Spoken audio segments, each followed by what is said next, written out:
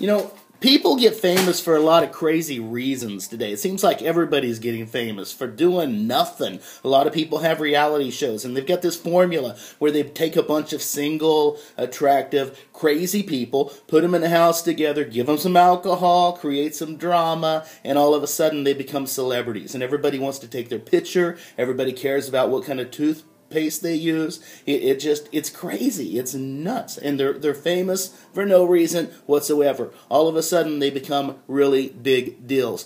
Paul could have been a really big deal in the Bible. Here's Paul, who is a former Christian killer who becomes a Christian. He in his lifetime is stoned, he's shipwrecked, he is bit by a poisonous snake, and he lives to tell about it. He sees people healed, he sees people raised from the dead. He could have written some pretty phenomenal books.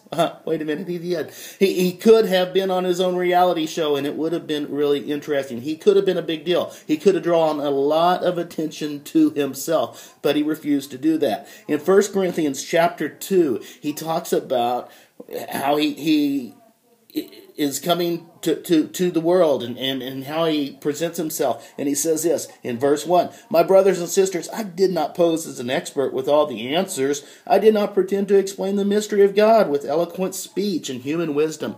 I claim to know nothing with certainty other than the reality that Jesus is the Anointed One, our liberating King who was crucified on our behalf." Paul's message wasn't about style. It wasn't about statistics. It wasn't about sugar. It was all about substance. It wasn't complicated. It was real concentrated truth. And he just focused on one thing. And he focused on the extremely good news that we can have a relationship with God through Jesus Christ. And he was aware that he was a freak that needed God. He didn't try to promote himself. He didn't try to be a big deal. For him, it was all about God. It was all about letting God be a big deal in him. So he didn't rely on himself. He relied on the message of Christ, and he relied on the power of the Holy Spirit. He gave people the message of Christ in the power of the Holy Spirit, and incredibly big things happened.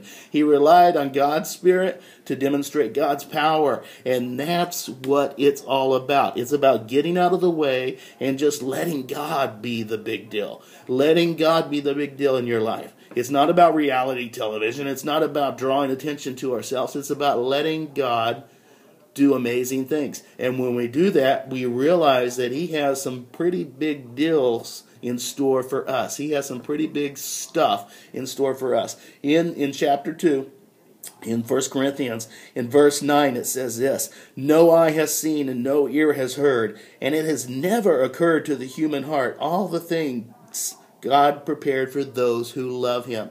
God is a big deal. Let him be a big deal in your life and see the kind of big stuff that he brings you into. God bless you. Giddy up.